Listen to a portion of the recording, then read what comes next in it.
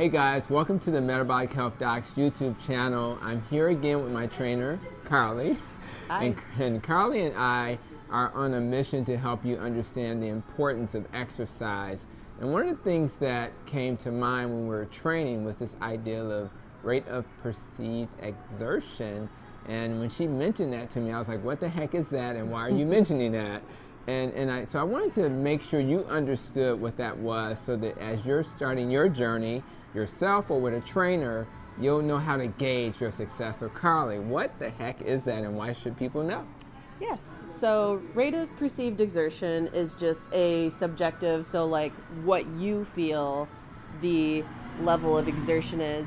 Typically it's on a scale of 1 to 10. So 1 being like extremely easy, no effort, 10 being like nearly impossible, like I'm dying, I can't do it. Yeah, I've had that feeling. So it's just a way for me to communicate with Tony in a scenario where we're doing a training session and I'm trying to gauge, especially with him as a new person working with me, is, hey, like we're doing a dumbbell chest press exercise. I want him to be challenged at about a 7 out of 10, or like let's say 70% of his max effort.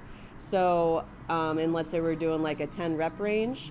So I want to ask him and get his feedback, because I might see like visually what's going on, but he might feel differently on the inside. So I always want to ask that with any person, and that's always really helpful feedback, because sometimes I feel like it's pretty spot on from like what I perceive versus like what the feedback is, and other times it's like, oh, that this is actually kind of easy for him, so let's increase it, or like, oh, this is actually pretty hard for him today, so let's dial it back a little bit. Yeah, and it's been very helpful. And as a doctor, I have a couple of things I think about for my patients and for me. And the number one is safety. So many of my patients are seniors and they haven't been exercising, or even a younger person who just simply has been too busy in their profession to get out to the gym or to work with a trainer.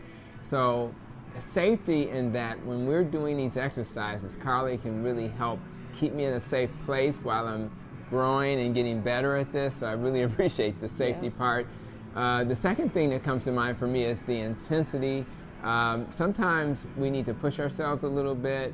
Trainers are doing a great job of doing that. We recently went up in weights a little bit. Yes, recently. we did. I was so proud of you. That's right. I was like, woo! Yeah, you know, so making sure the intensity makes sense is the second thing. And the last thing is a sense of making progress. And what I've learned is that as I'm making progress in the gym with Carly, I'm making progress at home. I can bend down and get things much easier. I can climb the stairs as I'm at work much easier. So it kind of gauges me. And as a doctor, I'm always interested in measuring my success. So I really appreciate Carly bringing that concept to my brain. I hope that concept works for you as well. And I just want us to have ways to measure progress. So as we're taking our metabolic health journey, we're able to do it in a successful way. So thank you, Carly. Yes, thank you. For all you're doing. And for those of you who have not worked with a trainer, Carly does virtual work as well. So I'll leave her link. But the main thing is, let's get moving, guys. Yes. The winter's coming. Sometimes we don't move as much in the winter. But actually, this may be the best time before New Year's to start your journey now. So I hope that inspires you guys. Thanks for coming to my channel. And until the next video from the Metabolic Health Doc, continue to be safe, be well, and continue to protect your nest.